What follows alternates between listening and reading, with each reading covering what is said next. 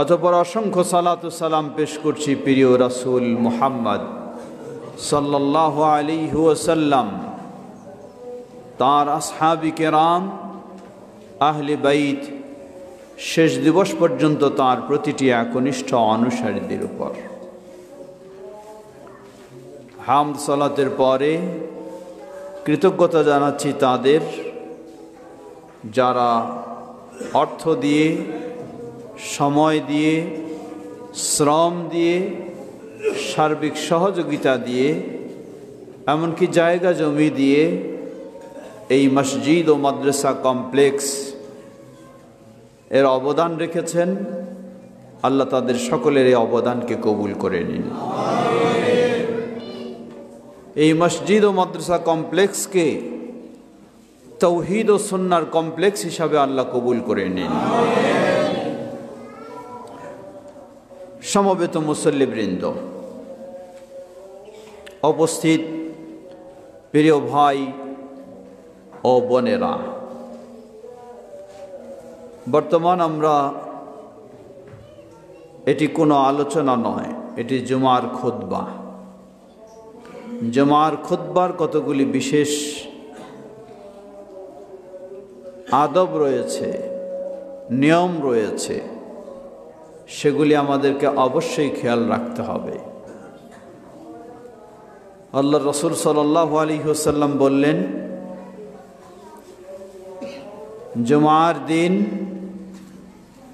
যে ব্যক্তি তার বাড়িতেই সুন্দরভাবে পবিত্র হয়ে গোসল করে, ওযু করে, সুগন্ধি থাকলে সুগন্ধি ব্যবহার করে, তার সুন্দর কাপড় পরিধান করে, এই সুগন্ধি ব্যবহার শুধু পুরুষদের জন্য, মেয়েদের জন্য নয়, তারা বাইরে বের হলে সুগন্ধি ব্যবহার করতে পারবে না। অতঃপর মসজিদে আসবে, মেম্বারে খতিব দাঁড়ানোর পূর্বে এসে যেখানে জায়গা পাবে 2 রাকাত সংক্ষিপ্তভাবে দুখুলুল মসজিদ পড়ে বসে যাবে। মনোযোগ সহকারে খুতবা শুনবে। অতঃপর খতিবের ইমামের সাথে ফরজ সালাত আদায় করবে। আল্লাহ রসুল সাল্লাল্লাহু আলাইহি ওয়াসাল্লাম বললেন, বিগত জুমা থেকে এই জুমা পর্যন্ত এবং আরও বাড়তি 3 দিন, 10 দিনের গুনাহগুলি সব ক্ষমা করে দেওয়া হবে। তিরমিজির বর্ণনায় এসেছে, যেটি সহিহ, যে ব্যক্তি তার বাড়িতেই এইভাবে প্রস্তুতি নিয়ে ওযু করে মসজিদে আসবে, সাউন্ড একটু কমাই দিন, এভাবেই মসজিদে আসবে, তার প্রতিটি কদমের বিনিময়ে 1 বছরের সালাতের, নফল সালাতের এবং 1 বছরের নফল সিয়ামের সওয়াব দান করা হবে। সেই হাদিস সহিহ। এটি হলো ফজিলত ও মর্যাদার দিক। অপর দিক হলো, মসজিদে এসে কেউ যদি তার পার্শ্বে কথা বলে আর তাকে বলে শুধু চুপ করো, এতটুকু যদি বলে, আল্লাহ রাসূল সাল্লাল্লাহু আলাইহি ওয়াসাল্লাম বললেন যে চুপ করতে বলবে তার জুমার মর্যাদা বাতিল হয়ে যাবে। যে কথা বলবে তারটা কত বড় অপরাধ বলার অপেক্ষা রাখে না। মানে আপনার পাশে কেউ কথা বললেও আপনি তাকেও চুপ করো এই কথাটাও বলতে পারবেন না। এত নীরব হয়ে, মনোযোগী হয়ে, একাগ্রতার সাথে জুমার খুতবা শুনতে হবে। অন্য হাদিসে এসেছে, আল্লাহ রাসূল সাল্লাল্লাহু আলাইহি ওয়াসাল্লাম বলেন, খুতবা চলাকালীন অবস্থায় কেউ যদি সামান্য কিছু নাড়াচাড়া করে তাহলেও তার খুতবার মর্যাদা বাতিল হয়ে, জুমার মর্যাদা বাতিল হয়ে যাবে। সুতরাং মোবাইলের যুগ, মোবাইলও আপনার বন্ধ, নাড়াচাড়ার সুযোগ নেই, কোনো কিচ্ছু করার সুযোগ নেই, নীরব নিস্তব্ধ হয়ে অত্যন্ত মনোযোগের সাথে খুতবা শুনতে হবে। সমবেত মুসল্লি বৃন্দ, প্রসঙ্গক্রমে বলতে চাই, মনোযোগ সহকারে খুতবা শুনবেন, কিন্তু খুতবা যদি না বুঝেন তাহলে তো মনোযোগ আসবে না। আমি হলাম বাঙালি মানুষ, বাংলা বুঝি, আরবি বুঝি না। খতিব সাহেব আরবি ছাড়া কোনো বাংলা কথা বলেন না, তাহলে তো আমি ঘন্টার পর ঘন্টা বসে থাকলেও কিছু বুঝবো না। আর না বোঝার কারণে আমার তো মনোযোগও ঠিক থাকবে না, মনের ভিতরে অন্য চিন্তা আসবে। এজন্যই নিয়ম হলো মুসল্লিদের ভাষায় খুতবার মৌলিক বিষয়গুলি ব্যাখ্যা করে দেওয়া, এটি সুন্নাহসম্মত। বললেন কেমনে? কারণ খুতবা হচ্ছে মুসল্লিদেরকে দিন শিক্ষা দেওয়া। তারা যদি এসে একটা শব্দও বুঝতে না পারে, কোনোই শিক্ষা নিতে না পারে, তাহলে খুতবার উদ্দেশ্য সফল হবে না। এজন্য প্রসিদ্ধ চার ইমাম, ইমাম আবু হানিফা রাহিমাহুল্লাহ, ইমাম মালিক রাহিমাহুল্লাহ, ইমাম আহমদ বিন হাম্বল রাহিমাহুল্লাহ, ইমাম শাফি রাহিমাহুল্লাহ, তাদের মাঝে সবচেয়ে ভিন্ন ভাষায় আরবি ছাড়া খুতবা দেওয়ার ক্ষেত্রে যিনি বেশি ছাড় দিয়েছেন তিনি হলেন ইমাম আবু হানিফা রাহিমাহুল্লাহ। কিন্তু বিষয়টা উল্টা, সবচেয়ে বেশি অনুমতি দিয়েছেন ইমাম আবু হানিফা রাহিমাহুল্লাহ, কিন্তু আজকে সেই ইমাম আবু হানিফা রাহিমাহুল্লাহর দোহাই দিয়ে আরবি ছাড়া অন্য কোনো ভাষায় খুতবা চলবে না বলে শক্ত ফতোয়া জারি করা হয়। এটি কখনোই ইমাম আবু হানিফা রাহিমাহুল্লাহর ফতোয়া নয়। সুতরাং আমরা এজন্য আমাদের মসজিদগুলিতে আমরা চেষ্টা করি আরবি ভাষায় শুরু হবে, অতঃপর শ্রোতাদের ভাষায় কোরআন এবং হাদিসের ব্যাখ্যা করে দেওয়া হবে, আবার আরবি দিয়ে শেষ হবে। তাহলে খুতবা আরবিও থাকবে এবং শ্রোতাদের শিক্ষার বিষয়ও থাকবে। তখনই শ্রোতারা মনোযোগ সহকারে খুতবা শুনবে এবং খুতবা থেকে উপকৃত হবে। এটি কোরআন এবং সুন্নাহর নির্দেশনার আলোকে সঠিক বলে মনে করি। আল্লাহ আমাদের সঠিক পথে অটল থাকার তৌফিক দান করুন। সমবেত মুসল্লিবৃন্দ, একই সাথে স্মরণ করে দিতে চাই, জুমার খুতবায়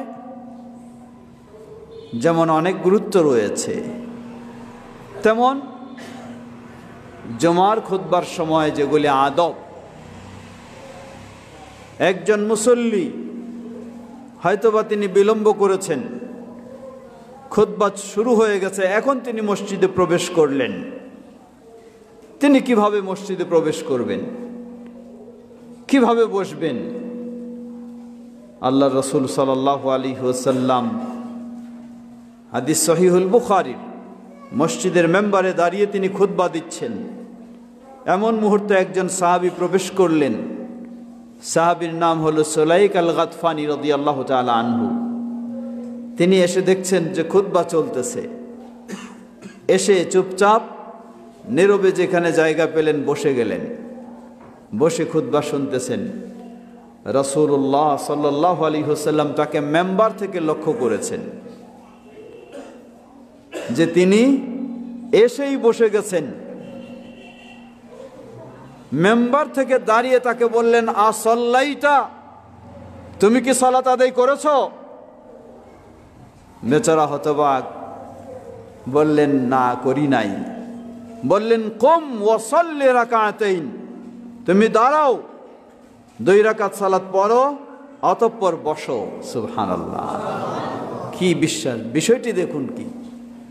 আজকে আমাদের অন্য মসজিদগুলিতে যখন খুতবা চলাকালীন কেউ প্রবেশ করে, সে সালাতে দাঁড়াতে চাইলে তাকে ধমক দিয়ে বসায় দেওয়া হয়, অথচ রাসূল সাল্লাল্লাহু আলাইহি ওয়াসাল্লাম করলেন যে বসে গেছে তাকে ধমক দিয়ে সালাত আদায়ের নির্দেশ দিলেন। সুবহানাল্লাহ। বলা হয় খুতবা চলাকালীন সালাত চলবে না। কেন চলবে না?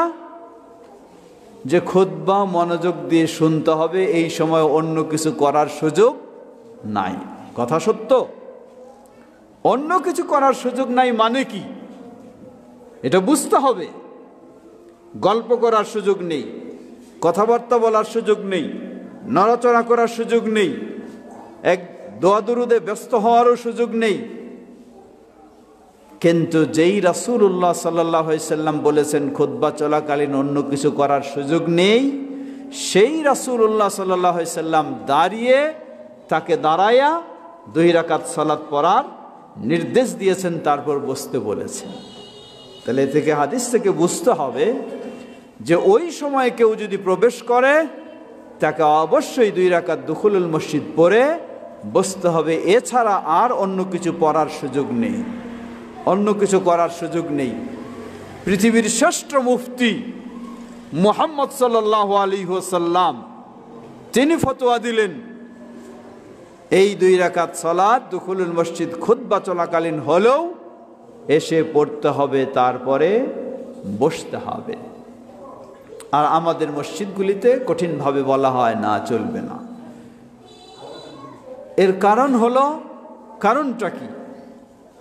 জবাব, এর কারণ হলো আমরা আসলেই নবী মুহাম্মদ সাল্লাল্লাহু আলাইহি ওয়াসাল্লামের কোরআন ও সহিহ হাদিসের ইসলাম রেখে যাওয়া ইসলাম, সেটা আজকে আমরা জানারও চেষ্টা করি না, মানারও চেষ্টা করি না।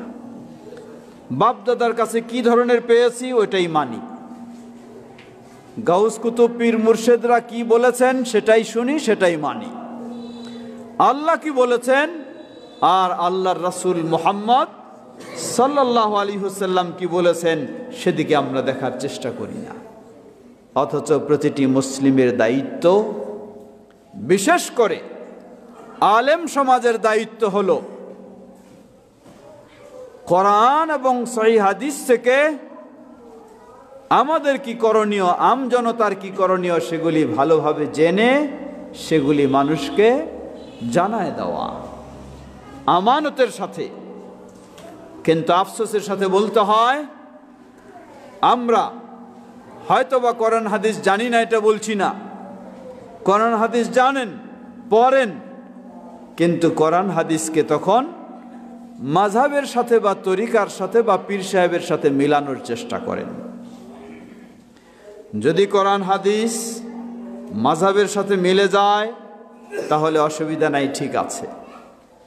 যদি কোরআন হাদিস তরিকার সাথে মিলে যায় তাহলে অসুবিধা নাই, ঠিক আছে। যদি কোরআন হাদিস পীর সাহেবের নিয়মের সাথে মিলে যায় তাহলে ঠিক আছে।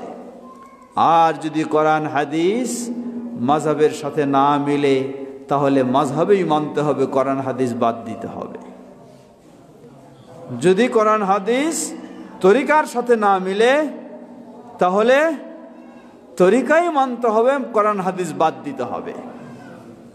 যদি কোরআন হাদিস পীর সাহেবের সাথে না মিলে তাহলে পীর সাহেবের কথাই মানতে হবে, কোরআন হাদিস বাদ দিতে হবে। এই হয়ে গেছে আজকে আমাদের স্বভাব। অথচ লক্ষ্য করুন, আপনি ইমাম আবু হানিফা রাহিমাহুল্লাহর দোহাই দিচ্ছেন। ইমাম আবু হানিফা রাহিমাহুল্লাহ কি বলেন? তিনি বলেন, ইযা খালাফা কাউলি কাউলাল্লাহি, আমার কথা যদি আল্লাহর কথার বিপরীত হয়, ফাতরুকু কাউলি, আমার কথাকে বর্জন করো, আল্লাহর কথাকে ধারণ করো। সুবহানাল্লাহ। সত্যি ইমাম আবু হানিফা রাহিমাহুল্লাহ তিনি আল্লাহকে ভয় করেছেন, আল্লাহর কথাকেই প্রাধান্য দিয়েছেন, নিজের কথাকে বর্জন করার নির্দেশ দিয়েছেন, রাসূলের কথাকে প্রাধান্য দিয়েছেন, নিজের কথাকে বর্জন করার নির্দেশ দিয়েছেন। কিন্তু আমরা আজকে সেই ইমাম আবু হানিফা রাহিমাহুল্লাহর দোহাই দিই বটে, কিন্তু ইমাম আবু হানিফা রাহিমাহুল্লাহর মতো হতে পারি নাই। তাই আমরা বলবো, শুধু ইমাম আবু হানিফা রাহিমাহুল্লাহর দোহাই দিয়ে চলবে না। ইমাম আবু হানিফা রাহিমাহুল্লাহ কত সুন্দর কথা বলেছেন, লক্ষ্য করুন। তার প্রসিদ্ধ ছাত্র আবু ইউসুফকে বলেন, হে আবু ইউসুফ, ইয়াকা ওয়াল কাওলা ফি দীনিল্লাহি বিররায়, তোমাকে সতর্ক সাবধান করছি, আল্লাহর দ্বীনের ব্যাপারে নিজের মন মতো কোনো কথা বলো না। কারণ আল্লাহর দ্বীনের ব্যাপারে বলতে হবে আল্লাহ যা বলেছেন এবং আল্লাহর রাসূল সাল্লাল্লাহু আলাইহি ওয়াসাল্লাম যা বলেছেন তার বাইরে নয়। ওয়া আলাইকা বিইত্তিবা'ইস সুন্নাহ, হে আবু ইউসুফ, তোমার কর্তব্য হলো রাসূলের সুন্নাহকে অনুসরণ করা। মান খারাজা আনহা ফাকাদ যাল্লা, জেনে রাখো যে রাসূলের সুন্নাহ থেকে বের হয়ে যাবে সে কখনো হেদায়েতের উপর থাকতে পারে না, পথভ্রষ্ট হয়ে যায়। এ হলো ইমাম আবু হানিফা রাহিমাহুল্লাহর উপদেশ। লক্ষ্য করুন নিজেও কিভাবে আল্লাহর কোরআনকে ধারণ করেছেন, তার ছাত্রকেও কিভাবে উপদেশ দিয়েছেন রাসূলের সুন্নাহকে অনুসরণ করার। এজন্য আহলুল হাদিসদের আহ্বান হলো, দাওয়াত হলো, একজন মুসলিম তার জীবনে সর্বক্ষেত্রে মেনে চলতে হবে আল্লাহ কি বলেছেন এবং আল্লাহর রাসূল সাল্লাল্লাহু আলাইহি ওয়াসাল্লাম কি বলেছেন। আজকে এই বাইতুল হক সালাফি জামে মসজিদ ও মাদ্রাসা কমপ্লেক্স এর আহ্বান হলো সেটাই, যেই আহ্বান জানিয়েছেন 1300 বছর পূর্বে ইমাম আবু হানিফা রাহিমাহুল্লাহ। সুতরাং কেউ মনে করবেন হয়তো যেই বাইতুল হক মসজিদ আবার আমাদের বিরোধী। জবাব না, এই বাইতুল হক মসজিদ আপনার বিরোধী নয়। এই বাইতুল হক মসজিদ বলে কোরআনের কথা, এই বাইতুল হক মসজিদ বলে রাসূলের হাদিসের কথা, এই বাইতুল হক মসজিদ বলে খোলাফায়ে রাশিদিনের কথা, এই বাইতুল হক মসজিদ বলে সেই প্রসিদ্ধ ইমামদের কথা। এতে যদি আপনি বিরোধী হয়ে যান সেটি আপনার বিষয়, কিন্তু এটি কখনো কোরআন ও সুন্নাহ ও সঠিক ইসলামের বিরোধী নয়, বরং কোরআন সুন্নাহ ও সঠিক ইসলামেরই আমল এবং প্রচার প্রসারের জন্য প্রতিষ্ঠিত হয়েছে এই বাইতুল হক সালাফি জামে মসজিদ। আলহামদুলিল্লাহ। প্রিয় ভাইরা আমার, সুতরাং আজকের এই উদ্বোধনী খুতবায় আমরা সকলকে জানাতে চাই মসজিদ বাইতুল হক এটাকে ভুল বোঝার কোনো সুযোগ নেই। আপনি যদি আরেকটু মিলায় দেখতে চান তাহলে আপনাকে আরো সহজভাবে আমরা বলতে পারি, বর্তমান মিডিয়ার যুগ, আপনার ঘরে বসেই আপনি দেখতে পাবেন কিভাবে গোটা বিশ্বের মুসলিমদের প্রাণ কেন্দ্র বাইতুল্লাহিল হারাম, সেই কাবায় কিভাবে সালাত আদায় হয়, সেই মসজিদে নববীতে কিভাবে সালাত আদায় হয়। আপনি সেই দৃশ্যটাই এই মসজিদ বাইতুল হক সালাফি জামে মসজিদে যদি এসে দেখেন তাহলে আশপাশের অন্য মসজিদে আপনি মিল খুঁজে পাবেন না, কিন্তু মিল খুঁজে পাবেন এই বাইতুল হক সালাফি মসজিদে ইনশাআল্লাহ। সুতরাং এটাকে ভিন্ন ভাবার সুযোগ নেই। আজকে এই জুমার খুতবায় উপস্থিত হয়েছেন পর্দার আড়ালের মা ও বোনেরা। মা ও বোনদেরকেও স্মরণ করে দিতে চাই, আপনাদেরকেও বিভিন্নভাবে মিসগাইড করা হয়। মসজিদে আজকে শুধু পুরুষদের জন্য সীমাবদ্ধ হয়ে গেছে, মসজিদে মেয়েদের কোনো স্থান নেই, অধিকার নেই। এর অর্থ এই নয় যে বিশৃঙ্খলা করে বেপর্দায় মেয়েরা আসবে, তা নয়। অবশ্যই তারা শৃঙ্খলার সাথে এবং পর্দার সাথে আসবে। এটি আজকে শুধু নয়, সেই 1400 বছর পূর্বে নবী মুহাম্মদ সাল্লাল্লাহু আলাইহি ওয়াসাল্লামের মসজিদেও মেয়েদের উপস্থিতি ছিল। সেই মসজিদেও মেয়েদের সালাতের ব্যবস্থা ছিল। ওই ধারাবাহিকতায় আজও আপনি মদিনার মসজিদে লক্ষ্য করুন, সেখানে মেয়েদের জন্য বিশেষ সালাতের ব্যবস্থা রয়েছে। বাইতুল্লাহিল হারাম কাবা, সেখানেও দেখুন মেয়েদের জন্য বিশেষ এরিয়া চিহ্নিত করে দেওয়া রয়েছে, সেখানে তারা আসবে, সালাত আদায় করবে। আফসোস আপনি যখন হাটে বাজারে বের হন, অফিস আদালতে বের হন, সময় হলে আপনি মসজিদে গিয়ে সালাত আদায় করতে পারেন, কিন্তু আপনি হয়তো আপনার মাকে বা আপনার স্ত্রীকে বা আপনার বোনকে হাসপাতালে নিয়ে গেছেন অথবা কোনো জরুরি অফিসিয়ালি কাজে নিয়ে গেছেন, তার কোনো সালাত আদায়ের জায়গা নেই। এটি তাদেরকে তাদের অধিকার থেকে বঞ্চিত করা হয়েছে। এজন্য আহলুল হাদিস বা সালাফি মসজিদগুলিতে সর্বত্রই কম বেশি আপনি দেখবেন সেখানে মেয়েদেরও কমপক্ষে জুমার সালাত আদায়ের জন্য তাদের ব্যবস্থা থাকে, আলহামদুলিল্লাহ।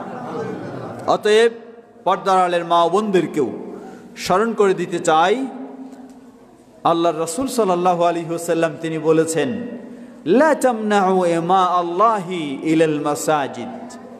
আল্লাহর বান্দিরা যদি মসজিদের দিকে বের হতে চায় তাহলে তোমরা মসজিদে যেতে তাদেরকে বাধা দিও না। এটি রাসূল সাল্লাল্লাহু আলাইহি ওয়াসাল্লামের নির্দেশ। অতএব মসজিদে মেয়েদেরও আসার নির্দেশ নয়, বিষয়টি আমরা স্পষ্ট করব। পুরুষদের যেমন জুমার মসজিদে আসতেই হবে, জামাতের সাথে সালাত 5 ওয়াক্ত আদায় করার নির্দেশ রয়েছে, মেয়েদের ক্ষেত্রে সেই ধরনের নির্দেশ নয়। তারা তাদের ঘরে পড়বে, বাড়িতে পড়বে, অসুবিধা নেই, কিন্তু মসজিদে আসতে চাইলে আসার অনুমতি রয়েছে। ছোট্ট একটি হাদিস, আজকে আমাদের অনেক মসজিদে দেখা যায় ছোট শিশুরাও যদি মসজিদে যেতে চায়, ছোট বাচ্চারা, তাদেরকেও মসজিদ থেকে বাইর করে দেওয়া হয়, মসজিদে ঢুকতে দেওয়া হয় না, অথবা খুব বেশি হলে ওই বারান্দায় বাচ্চারা মিলে সবাই বিশৃঙ্খলা করবে, এইরকম সব পাঠায় দেওয়া হয় ওইদিকে। এটি কখনোই সঠিক নয়। বাচ্চারা থাকবে তাদের অভিভাবকের সাথে, তাহলে তারা বিশৃঙ্খলা করবে না এবং অভিভাবকের সাথে তারা সালাত প্রশিক্ষণ নেবে, শিখবে। হাদিস সহিহ মুসলিমের যেই হাদিসটি দুটি বিষয় স্মরণ করে দিচ্ছে। আল্লাহ রাসূল সাল্লাল্লাহু আলাইহি ওয়াসাল্লাম একদিন ফজরের সালাত পড়ালেন। ফজরের সালাত ছিল, নরমালি ফজরের সালাত হয় লম্বা কেরাতে, কিন্তু সংক্ষিপ্ত কেরাত দিয়ে রাসূল সাল্লাম ফজরের সালাত শেষ করে দিলেন। সাহাবায়ে কেরাম রাসূল সাল্লাল্লাহু আলাইহি ওয়াসাল্লামের কাছে মিষ্টি মধুর তেলাওয়াত শুনতে পারেন। দীর্ঘ তেলাওয়াত হলে তারা বেশি আনন্দ তৃপ্তি লাভ করেন, কিন্তু সংক্ষিপ্ত তেলাওয়াতে শেষ, কারো তৃপ্তি হয়নি, কিন্তু কারো প্রশ্ন করারও সাহস হচ্ছে না, কেন ছোট হয়ে গেল আজকে।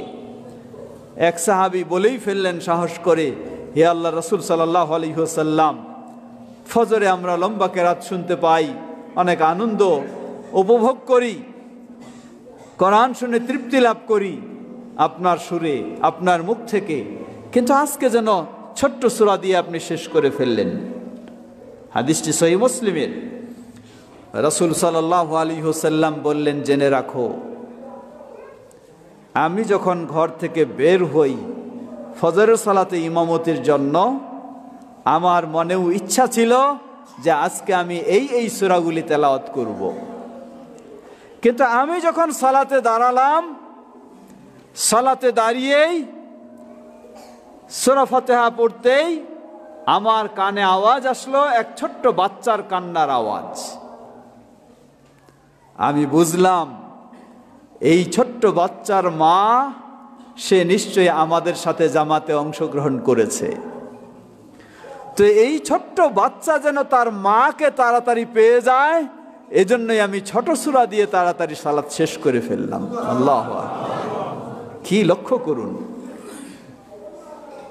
জিনিসটা আমাদের সমাজের নিয়ম অনুযায়ী কি হওয়া দরকার ছিল, যে সালাম ফিরে ওই মহিলাকে শাসাবে, কেন তুমি এসেছো, কেন তুমি বাচ্চা নিয়ে আমাদের সালাতকে নষ্ট করেছো।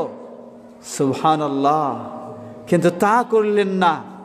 সেই মহিলাও সুন্দরভাবে সালাত যেন আদায় করতে পারে, তার বাচ্চাও যেন মাকে তাড়াতাড়ি পেয়ে যায়, এজন্য তিনি কেরাতকেই সংক্ষিপ্ত করে তাড়াতাড়ি সালাত শেষ করে দিলেন। কি বোঝা যায়? বোঝা যায় তিনি এতে মেয়েদেরকেও সালাতে অংশগ্রহণ করার সুযোগ করে দিলেন, এমনকি ছোট শিশু যদি আসে তাদেরকেও যেন আসার অনুমতি দিলেন, নিষেধ করলেন না। ছোট্ট বাচ্চারা, তাদেরকে যদি মসজিদে আসতে না দেই তাহলে তো তারা সালাত শিখবে না, তারা দুষ্টামি বিশৃঙ্খলা করে তারা আরো নষ্ট হয়ে যাবে। কমপক্ষে 7 বছর বয়স হলে ইসলামের নির্দেশ, মুরু আওলাদাকুম বিসসালাতি ওয়া হুম আবনাউ সাবঈন, তোমাদের বাচ্চাদেরকে নির্দেশ দাও যখন তাদের বয়স 7 বছর, সালাতের নির্দেশ দাও। মেয়ে হলে তার মায়ের সাথে পড়বে, ছেলে যাবে কোথায়? ছেলেকে তো বাবা, তার দায়িত্ব হলো মসজিদে এসে সাথে নিয়ে আসবে, তাহলে সে শিক্ষা নেবে।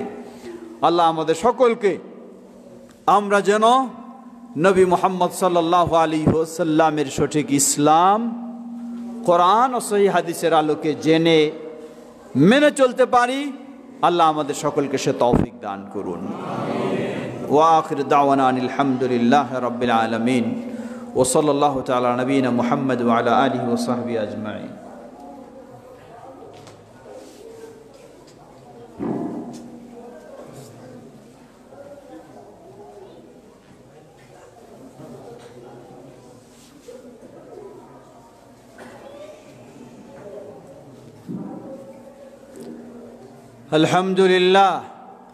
আলহামদুলিল্লাহ রাব্বিল আলামিন ওয়াসসালাতু ওয়াসসালামু আলা আবদিল্লাহি ওয়া রাসূলিহি নবিয়িনা মুহাম্মদ ওয়া আলা আলিহি ওয়া সাহবিহি আজমাইন, আম্মা বা'দ।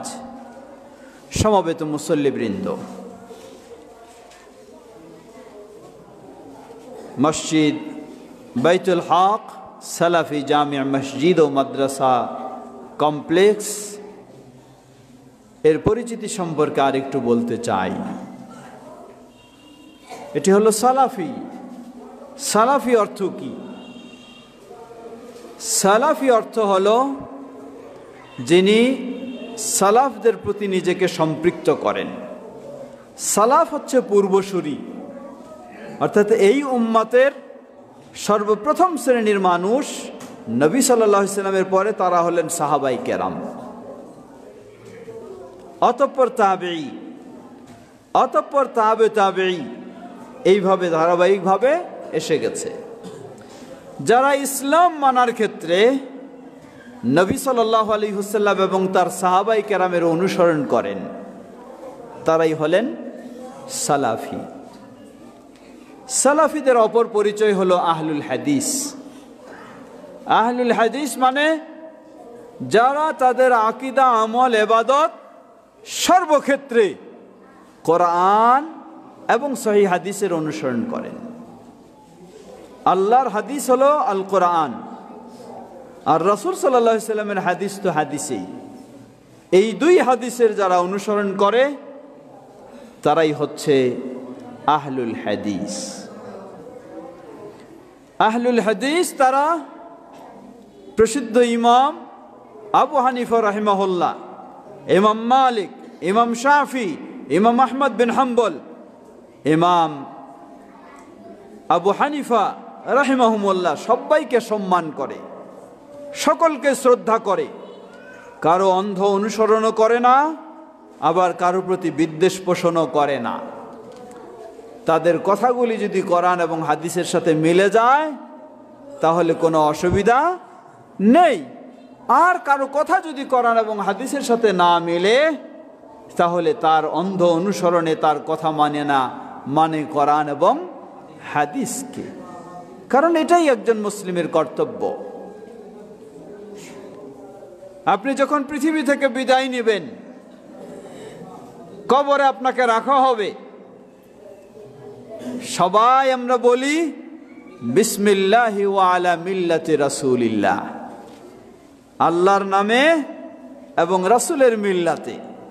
কেউ বলি না বিসমিল্লাহি ওয়া আলা মিল্লাতি আবি হানিফা, কেউ বলি না বিসমিল্লাহি ওয়া আলা মিল্লাতি ইমাম শাফি, ইমাম মালিক, ইমাম আহমদ বিন হাম্বল, বা বিসমিল্লাহ ওয়া আলা মিল্লাতি নকশবন্দি, মুজাদ্দিদি, কাদেরি, কেউ বলি না। সবাই বলি বিসমিল্লাহি ওয়া আলা মিল্লাতি রাসূলিল্লাহ। সুবহানাল্লাহ।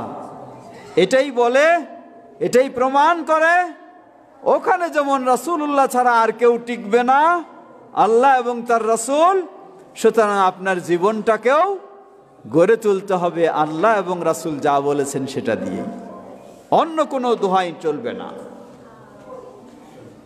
আমার এলাকার মানুষ এই তরিকার, বা আমার বাপদাদা এই মাযহাবের, বা আমার মানুষেরা এই চিন্তার, কোনো কথা চলবে না। আপনি যদি মুসলিম হন, কবরে আপনি যেতে চান, আপনাকে যদি সেখানে বিসমিল্লাহ ওয়ালা মিল্লাতে রাসূলিল্লাহ বলে রাখা হয়, তাহলে আপনার জীবদ্দশাও বলতে হবে আল্লাহ কি বলেছেন এবং আল্লাহর রাসূল কি বলেছেন। সেটার আলোকে আপনার আকীদা হবে, সেটার আলোকে আপনার ঈমান হবে, সেটার আলোকে আপনার আমল হবে, সেটার আলোকে আপনার সালাত হবে, সেটার আলোকে আপনার জীবনের সব ইবাদত হবে। এটাই হলো আহলুল হাদিস, এটাই হলো সালাফি মানহাজ।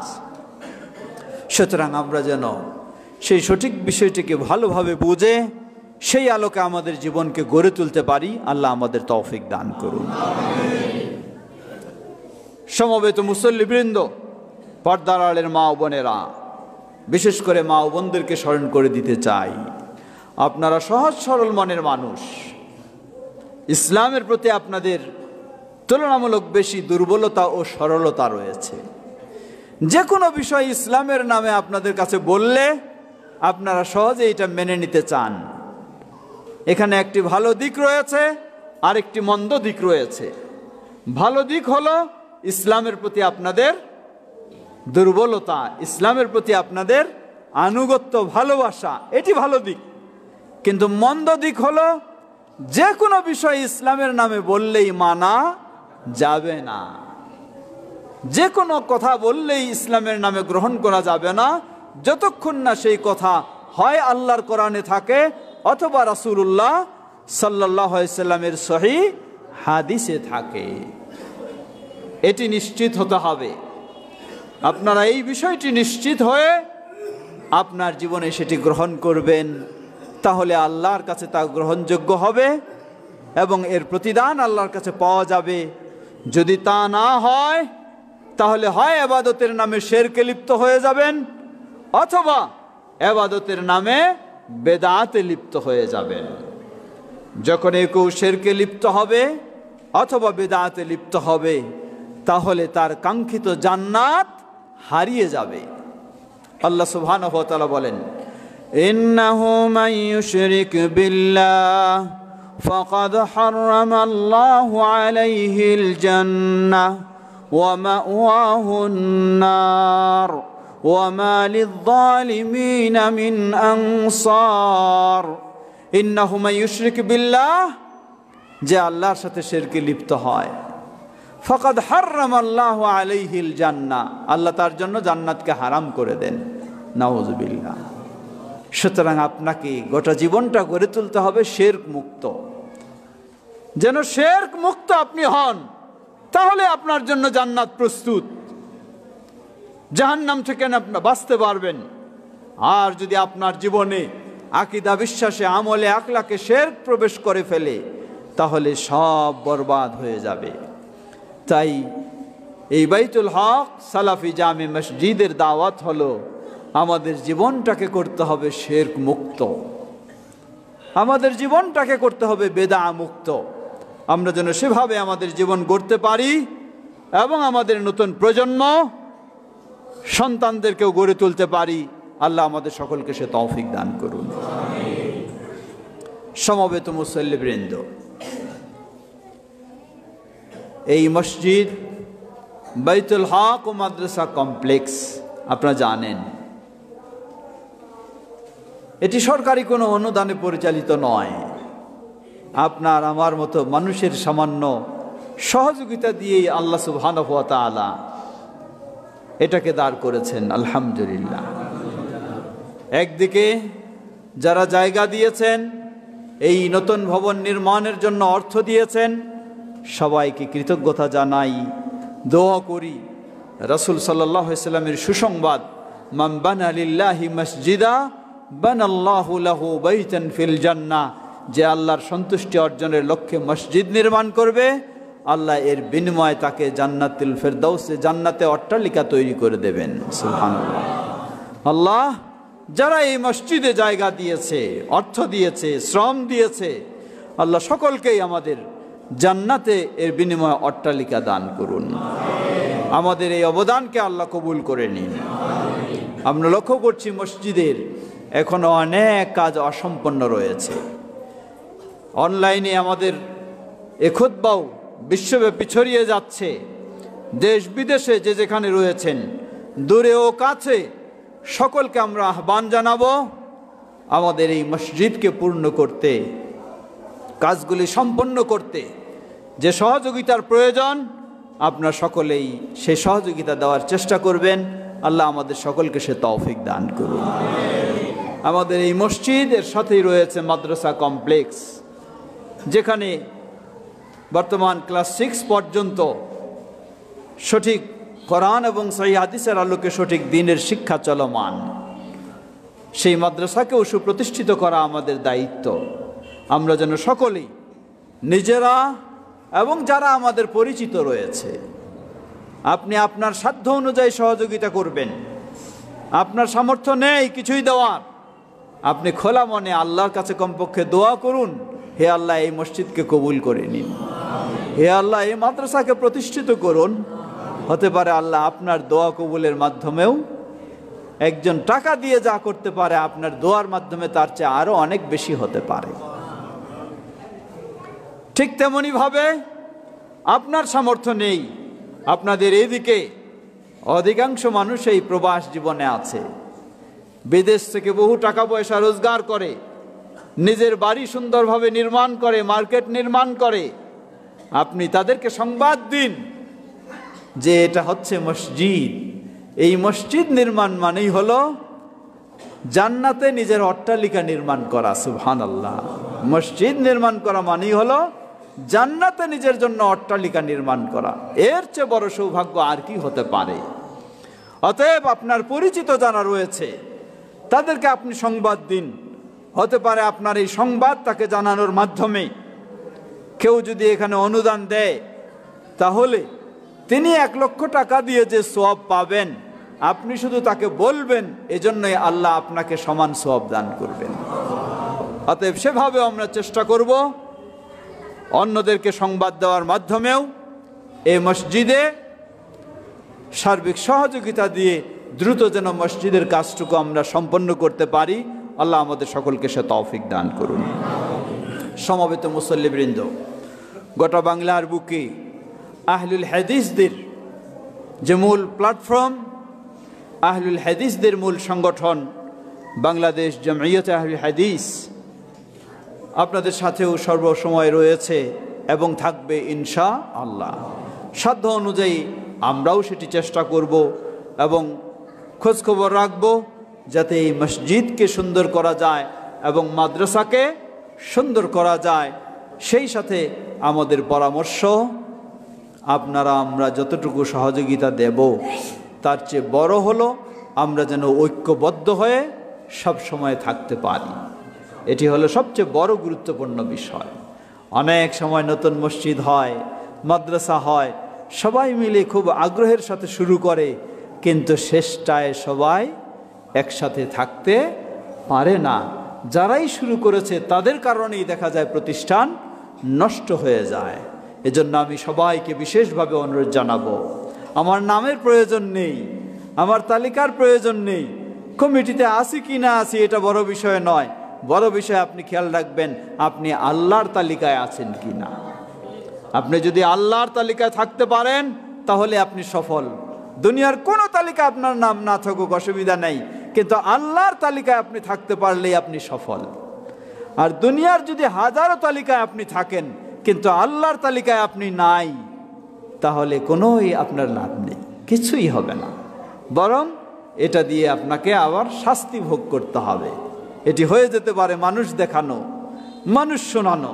তাই আমরা যেন আল্লাহকে খুশি করার লক্ষ্যেই ঐক্যবদ্ধ হয়ে আমাদের এই প্রতিষ্ঠানকে, মসজিদ ও মাদ্রাসা কমপ্লেক্সকে সুন্দরভাবে এগিয়ে নিয়ে যেতে পারি। আল্লাহ আমাদের সকলকে সে তৌফিক দান করুন। ইবাদাল্লাহ রাহিমাকুমুল্লাহ, اللهم صل على محمد وعلى آل محمد كما صليت على إبراهيم وعلى آل إبراهيم إنك حميد مجيد اللهم بارك على محمد وعلى آل محمد كما باركت على إبراهيم وعلى آل إبراهيم إنك حميد مجيد اللهم ارض عن الخلفاء الراشدين وعن سائر أصحاب نبيك الكريم اللهم أعز الإسلام والمسلمين واخذل الكفرة والمشركين ودمر ديارهم يا الله আমাদের দেশ সহ পৃথিবীর সর্বত্র ইসলাম ও মুসলিমদেরকে